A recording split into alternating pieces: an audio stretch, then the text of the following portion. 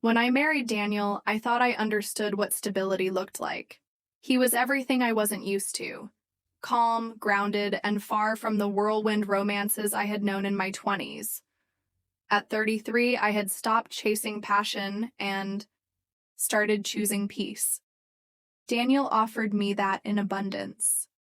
Our home was quiet, predictable, and safe. There was just one part of his life I hadn't fully touched: his son. Liam. He came up often in conversation. Daniel spoke of him with a mixture of pride and distance, like a father who admired his child's independence, but didn't quite know how to reach him. Liam had been studying abroad in England since he was 15, shortly after losing his mother. Daniel rarely talked about his late wife, but I gathered she'd been the love of his life. I had never seen a photo of her. Maybe he thought it would be disrespectful. Maybe I never asked. I had seen pictures of Liam, though. A quiet boy with serious eyes and an awkward smile.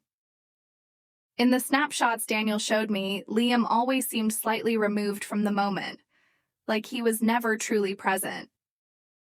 I imagined he'd be reserved, academic, and possibly a little cold.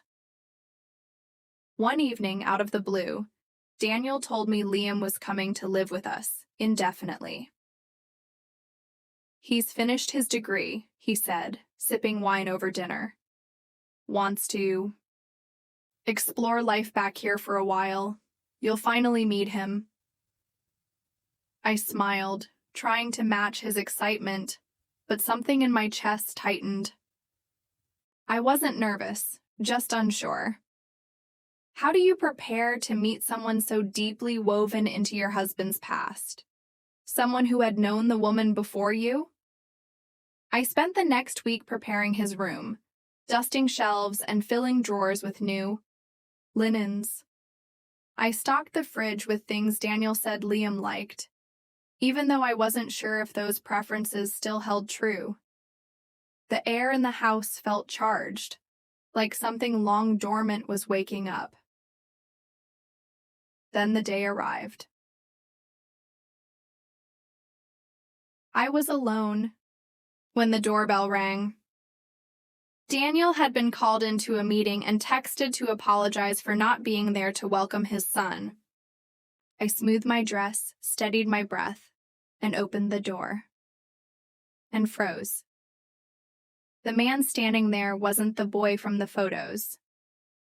Liam was taller than I expected, broad-shouldered, with a presence that filled the doorway. His hair was darker, his jaw sharper, and his eyes, those eyes, deep, steady, unreadable. There was a quiet confidence in his stance and something else, a flicker of emotion I couldn't name.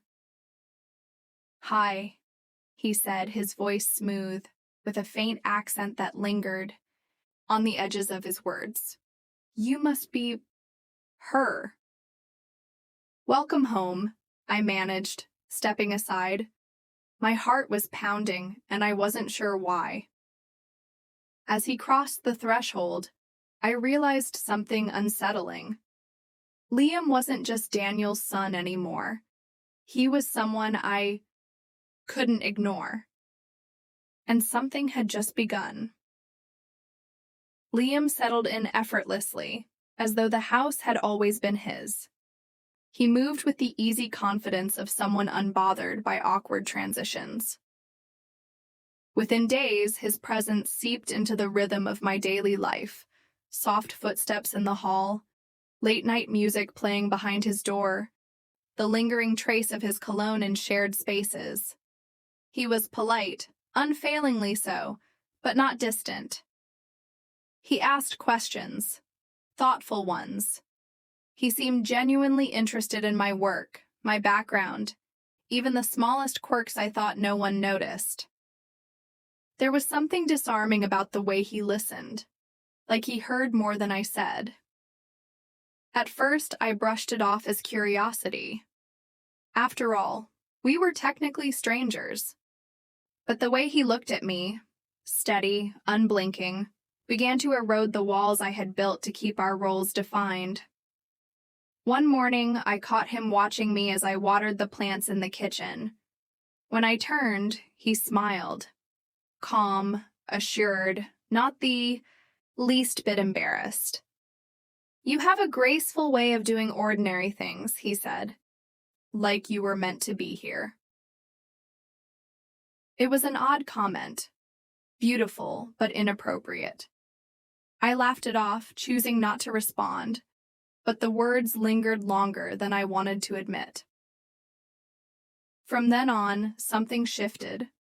I found myself noticing Liam in ways I shouldn't. The way he leaned over the counter while talking, sleeves rolled just enough to reveal strong forearms. The way his voice dipped when he spoke my name.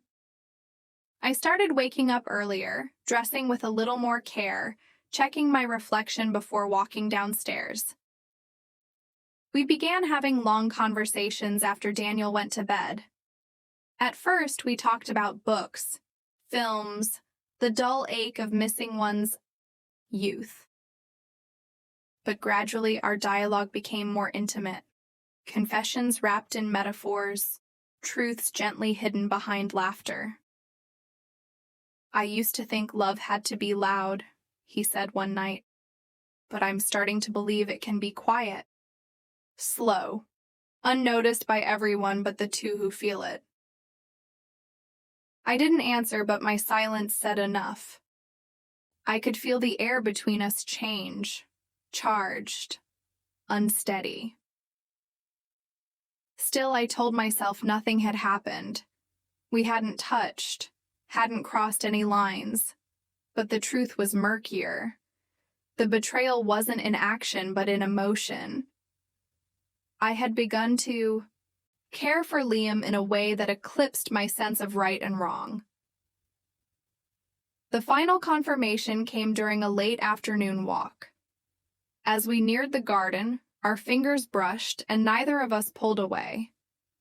It was a fleeting contact, innocent by appearance, but I felt it like lightning. Later that evening, as I passed his room, he called out softly, "You don't have to pretend. I feel it too." I stood frozen, his words pressing into my back, like a secret I couldn't carry. I said nothing, and walked away, but I knew nothing would be the same again. The days that followed felt like walking a narrow bridge between desire and denial. I kept busy, cleaning rooms that didn't need it, organizing shelves I had ignored for years. But no matter how much I tried to avoid him, Liam was always there. Present, watching. Daniel, unaware of the undercurrent growing between his wife and son, remained his usual trusting self.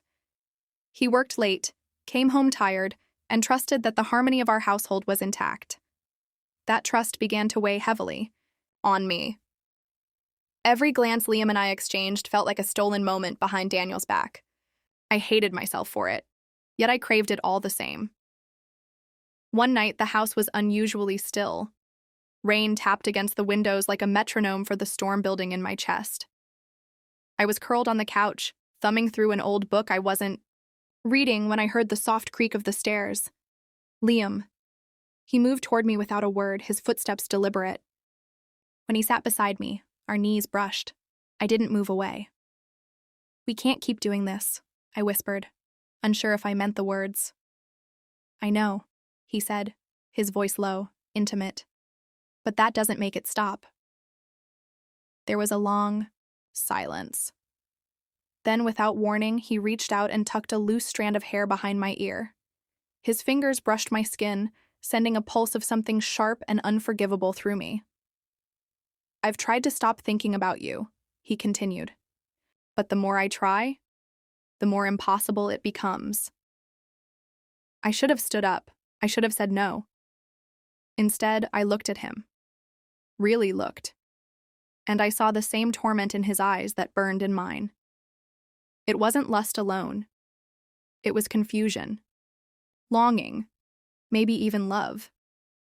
Then it happened. He leaned in, slow and deliberate, giving me every chance to stop him. I didn't. Our lips met in a kiss that shattered the last of my defenses. It wasn't frantic or wild. It was hesitant, almost mournful, like we both understood we were breaking something sacred. When we finally pulled apart, I couldn't look at him. "I'm sorry," I breathed, not sure who I was apologizing to. Liam stood up, jaw clenched. "We crossed a line. I know. But lying to ourselves any longer would have been worse." And with that, he disappeared up the stairs, leaving me alone in the dark with my guilt. That night, I didn't sleep. I lay beside Daniel, his hand draped over mine in perfect trust, and stared at the ceiling. A storm had been unleashed, and I wasn't sure any of us would survive what came next. The days after the kiss moved slowly, too slowly, as if time itself hesitated, unsure whether to move forward or collapse under the weight of what had happened.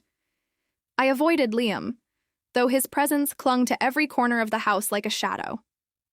He avoided me too, but it wasn't out of regret. It was restraint. Daniel noticed a change in me. Of course he did. He wasn't the type to pry, but he observed everything. "You seem distant lately," he said one evening, his eyes searching. Are you unhappy?" The question nearly broke me. "No," I replied too quickly. "Just tired. Work's been draining." He nodded, but the quiet lingered between us like an open wound. Meanwhile, Liam buried himself in errands and late-night drives. When he returned, he never looked me in the eye. But that didn't make the feelings vanish. They only grew, twisted, by guilt and silence.